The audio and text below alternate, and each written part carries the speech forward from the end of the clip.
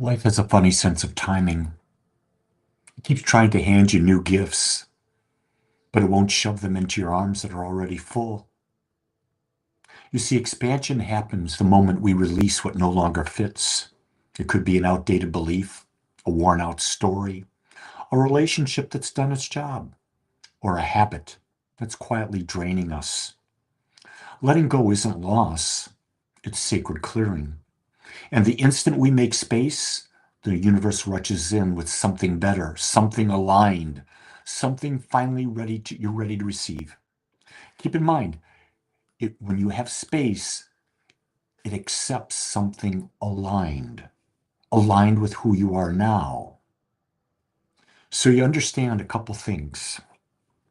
You can't add new life to a life that's always full. You can't keep taking on more and more and more without releasing something. So we try to bring new experiences while still gripping to old stories, hurts, habits, identities. Life isn't punishing us, it's waiting for space. You see, creation requires room.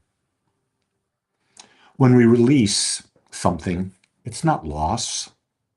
When we release something, it's preparation. Most of us fear letting go because we think it takes something from us. The truth is, it prepares us. Release isn't an ending, it's a clearing for alignment, for clarity, and for expansion. You see, if you cling to old beliefs, you repeat old results. If you cling to old expectations, you create old disappointments. If you cling to relationships that no longer serving, you're going to have relationships that don't serve. Your future is built from what you make space for, not what you cling to. You see, every no longer me makes room for becoming me. Every identity you outgrow opens room for the truer one that you choose to emerge. You cannot be the next version of yourself if you're afraid to retire from the old one. That was so true to me when I became a minister. I let go of the identity that I was a corporate executive. As long as I held that identity, old corporate executive, I couldn't be the minister. I had to fully let it go in every respect. You see, the universe doesn't compete with your cutter. Spirit won't find you space. It waits patiently and powerful for you to release the noise, the narratives, and the emotional weight you've no longer needed. It's you that's responsible for clearing the space. No one else is going to do that for you. When you start to understand that, you realize it's time to take a look. You know, the philosopher Plato said this. He says, every morning, wake up, empty your brain of all thoughts, and then examine them one by one to see if they still serve you before putting them back in. Once you've done that, you've made room for the new thoughts. And then tomorrow, when you wake up, guess what? You do it all over again. It's not a one and done thing. It's every day, because every day you're a different person. You're changing.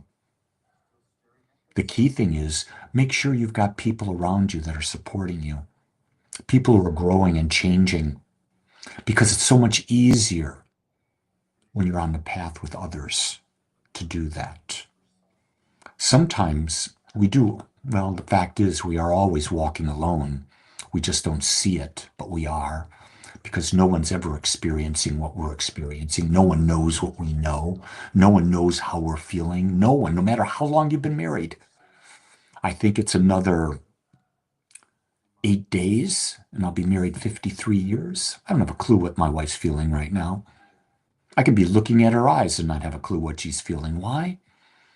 Because her world is her world. I'm a secondary character in her world. Truth is, she's a secondary character in mine. Everyone's a secondary character in our worlds. Think about that. You're the writer.